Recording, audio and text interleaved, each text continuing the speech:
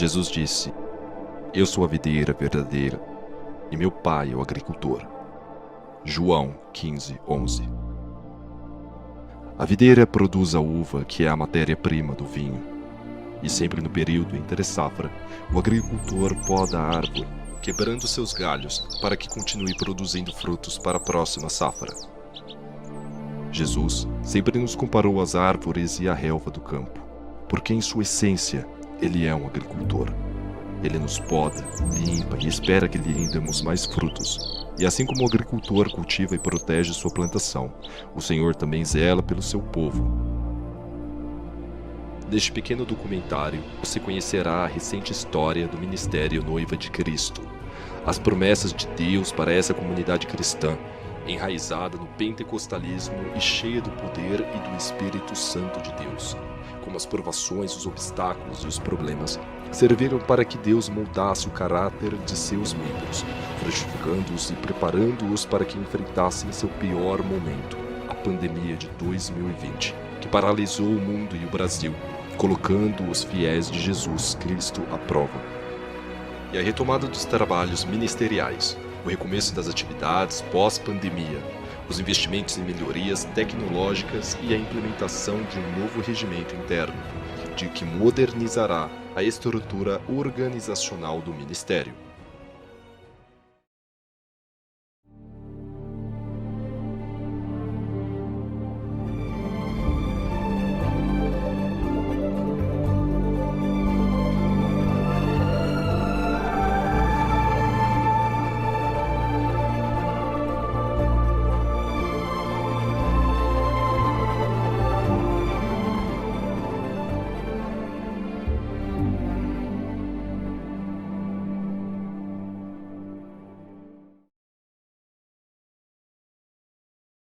No dia 10 de março de 1557, na França Antártica, atual Brasil, era realizado o primeiro culto protestante evangélico no Brasil. Conduzido pelo pastor francês Jean de Lery, o culto ocorrera 2 anos após o desembarque dos franceses em território brasileiro, na expedição comandada por Nicolas Durand de Villeguignon e pelo almirante Gaspar de Coligny. O culto entrou para a história como a primeira tentativa de estabelecer uma igreja e um trabalho missionário protestante na América Latina. Infelizmente, divergências entre os líderes da expedição dissolveram as primeiras tentativas. Mergulhadas em leis que protegiam a Igreja Católica Romana, trazida pelos colonos portugueses, que repugnavam quaisquer outros ritos e crenças, as comunidades evangélicas só voltariam a serem implementadas com os holandeses, em 1624. Mas com a expulsão dos invasores em 1654, novamente a igreja não conseguiu prosperar. Mas as portas do inferno não prevaleceram contra a igreja do Senhor, e Deus lembrou-se do Brasil. Com a independência do Brasil e as constantes demandas da comunidade internacional por liberdades às individualidades humanas, as correntes protestantes ganharam força. Entre 1910 e 1940, surgem quase simultaneamente a Congregação Cristã no Brasil e da Assembleia de Deus, que dominaram o campo pentecostal por 40 anos. Entre as décadas de 1950 e 1960, surgem o Evangelho Quadrangular, Brasil para Cristo e Deus é Amor. Em 1970 e 1980, seria o advento da Igreja Universal do Reino de Deus e a Igreja Internacional da Graça de Deus. A semente já estava plantada, Deus é quem faria a semente brotar, mas era preciso que houvessem jardineiros que as regasse e cuidasse.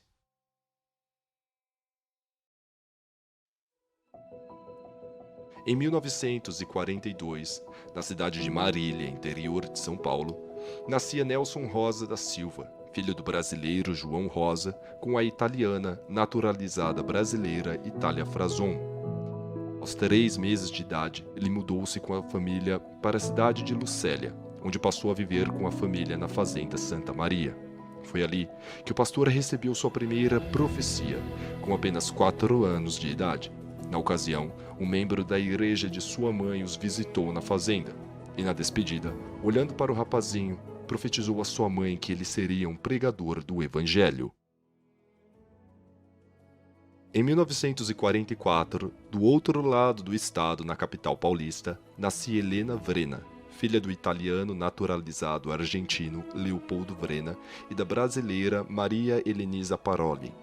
Aos 15 anos de idade, Helena foi batizada e se converteu, tornando-se membra da Igreja Presbiteriana do Brasil, da qual seu pai também fazia parte. Em 1959, aos 17 anos, o pastor Nelson se mudava para a capital paulista, onde também passaria a frequentar a Igreja Presbiteriana no Brasil, local que testemunhou a união com aquela que viria a se tornar sua parceira e fiel esposa por décadas. Mas nem tudo foi mar de rosas. Após 23 anos, frequentando a Igreja Assembleia de Deus junto de seu esposo, a missionária e a irmã Helena mudou-se para o bairro Parque de Taipas. Em 1977, onde cresceu seus 6 filhos que teve com Nelson. Os planos de Deus estavam germinando como sementes fortes e bem regadas.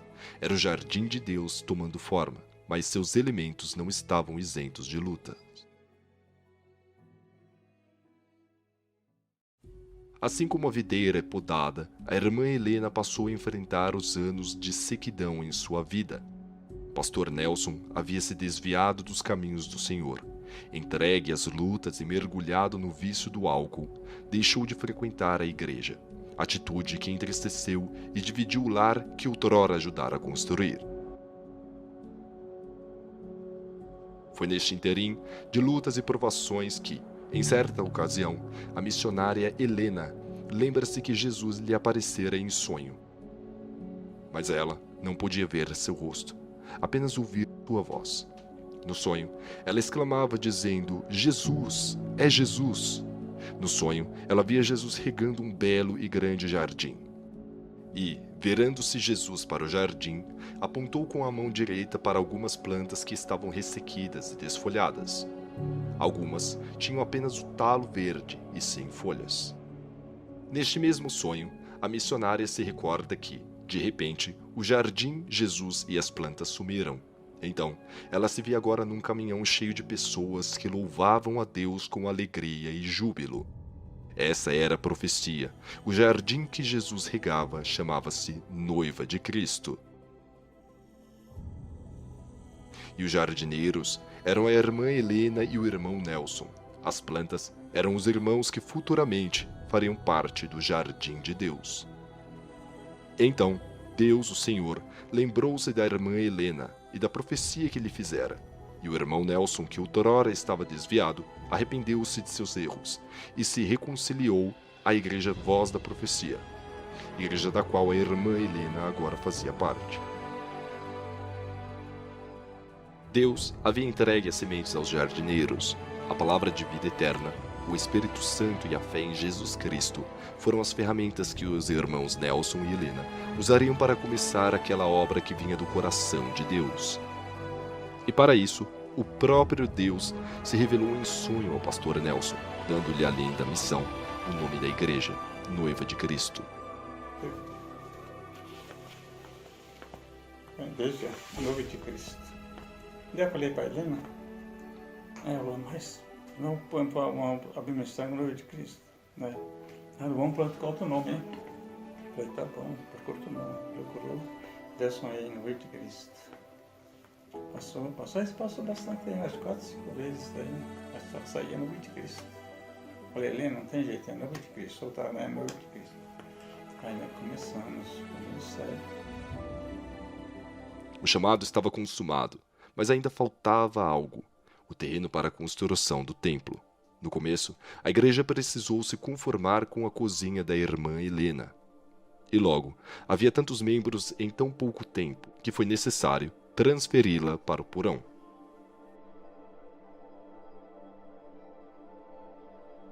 De Cristo, há cerca de 25 anos, ela deu início ali no quintal da minha casa, ficava mais especificamente no fundo da casa, né, um salãozinho, e era uma igreja bem abençoada, como continua sendo até hoje, né?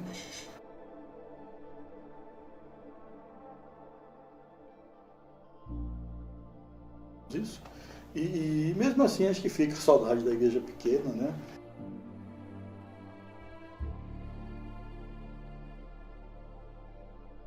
O sonho de um templo apenas para a igreja ainda brilhava lustroso no coração do pastor. Foi então que o Senhor proveu o terreno. O Senhor deu. Até foi um sinal que eu pedi para o Senhor, falei, Senhor, se esse ministério mesmo é do Senhor, eu quero uma prova. Eu quero um terreno de graça, mas não tinha de onde tirar esse terreno. Não tinha, sabe, era uma coisa que era uma porta que só o Senhor mesmo podia abrir. Era um sinal de Deus mesmo que eu queria. E chamaram meu esposo assim para ajudar na venda desses terrenos. Não sei que foi uma coisa mais ou menos assim, mas depois acabou não dando certo, porque ele não tinha que trabalhar, né?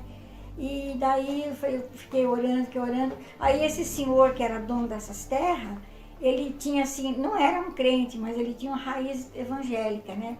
Aí ele falou assim, olha, Sr. Nelson, como o senhor tem me ajudado aqui em algumas coisas, apresentado pessoas para comprar os terrenos, eu vou dar um terreno de graça para vocês abrirem uma igreja, né?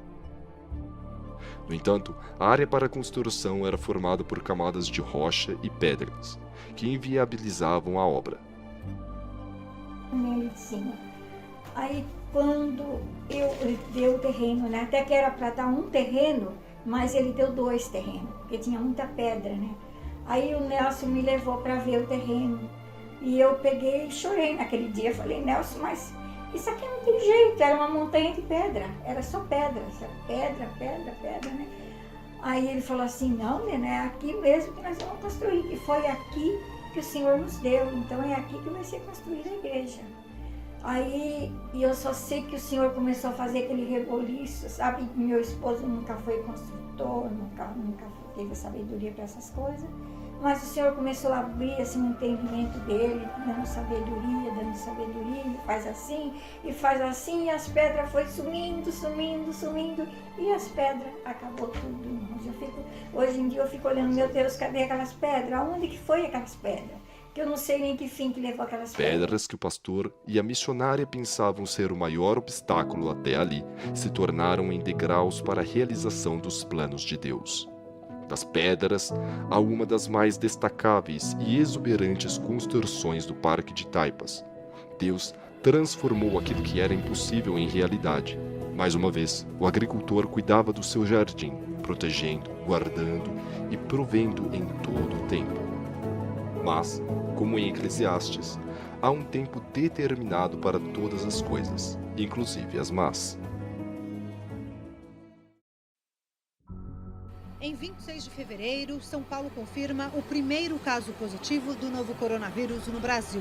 Assintomático, um homem de 61 anos, recém-chegado da Itália, fica em quarentena domiciliar. 13 dias depois, o país tem 25 casos confirmados. O Brasil registrou hoje o dia mais letal desde o começo da pandemia. Foram 1.641 mortes confirmadas nas últimas 24 horas.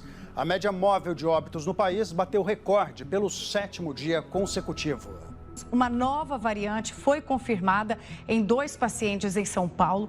A nova cepa do coronavírus, segundo os especialistas, pode ser 70% mais transmissível que as variações anteriores. O estado de São Paulo registrou ontem o maior número de internados com a Covid-19 desde o início da pandemia. Mais de 16 mil pessoas em UTIs e enfermarias. Aqui na capital, pelo menos 4 hospitais, e eu falo de grandes hospitais, estão com 100% de ocupação em leitos de UTI. E a saúde financeira de muitos está abalada. Uma pesquisa da Confederação Nacional do Comércio mostrou que em 2020, mais de 75 mil lojas fecharam. No final do ano de 2019, um vírus denominado como Covid-19 causou um surto na China. No ano seguinte, em 2020, o vírus chegava ao Brasil, mudando para sempre a história da nação e da igreja. Os noticiários ficaram saturados, todos os dias atualizando o número de vítimas ao redor do mundo.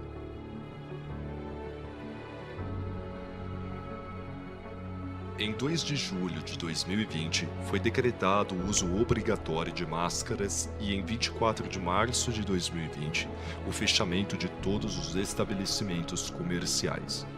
Até 1º de novembro de 2021, já eram mais de 5 milhões de vítimas em todo o mundo. e mais de 600 mil mortos no Brasil. O Covid-19 chegou às portas da igreja, mas só foi até onde Deus o permitiu que fosse. Em 27 de abril de 2020, Deus decidiu levar uma das flores de seu jardim, o querido e amado irmão Ribamar. Mas há cerca de 2 anos atrás, o Brasil, como todo mundo, foi acometido do Covid-19, né?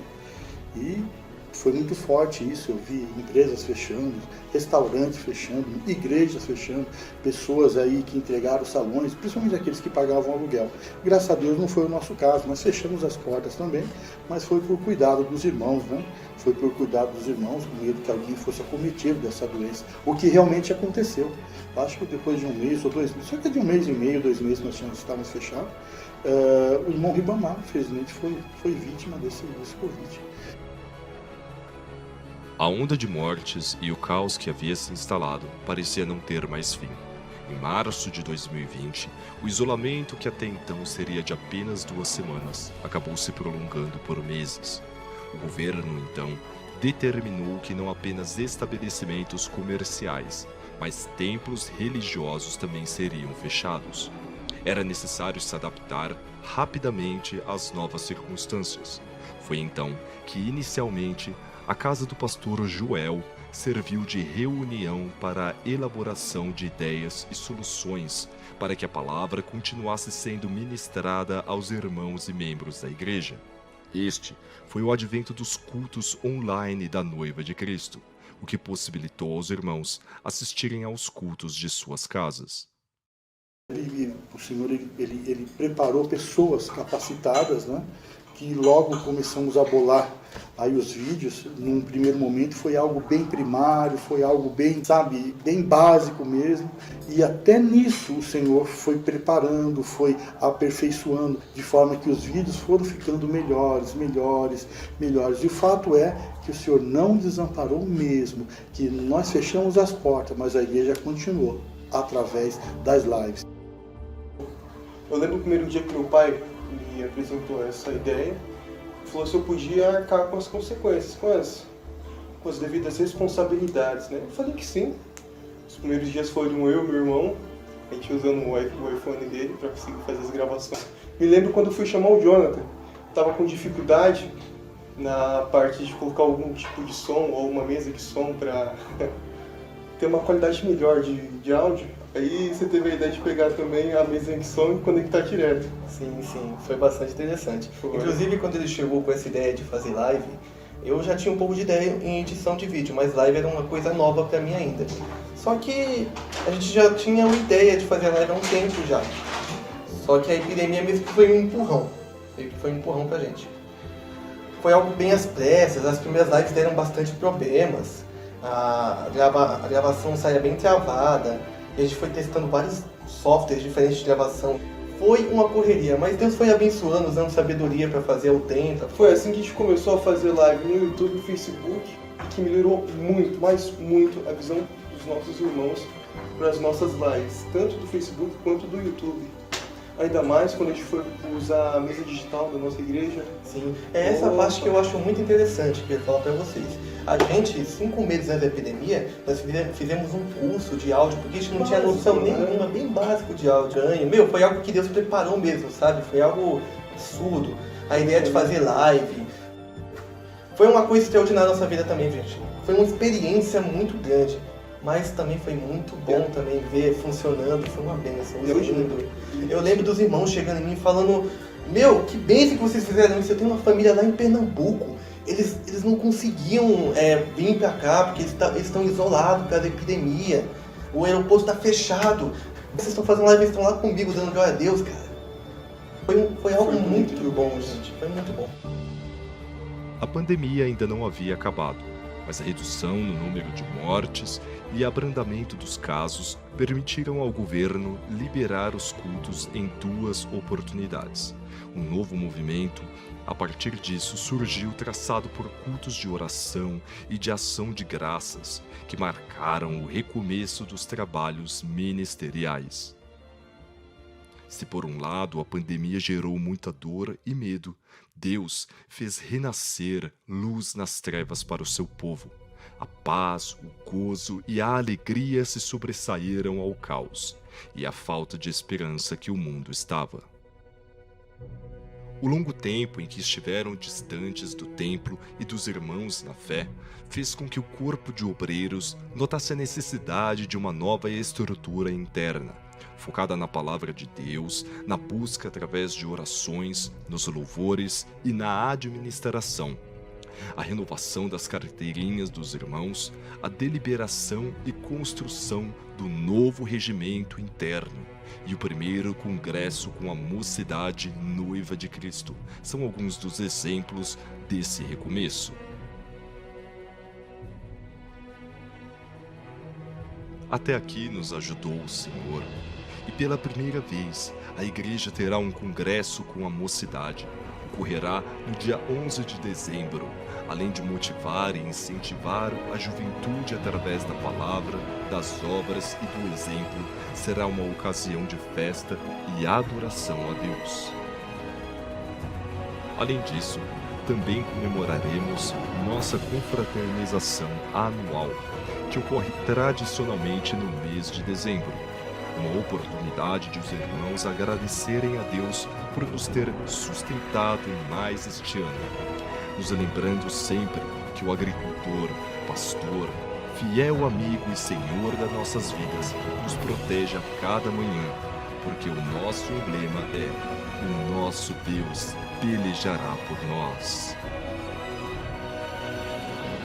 Nosso Deus, nosso Deus, nosso Deus, O nosso Deus, Nosso Deus, Nosso Deus, nosso Deus, nosso Deus, nosso Deus, Nosso Deus, nosso Deus, o nosso Deus, o nosso Deus, Nosso Deus pelejará por nós.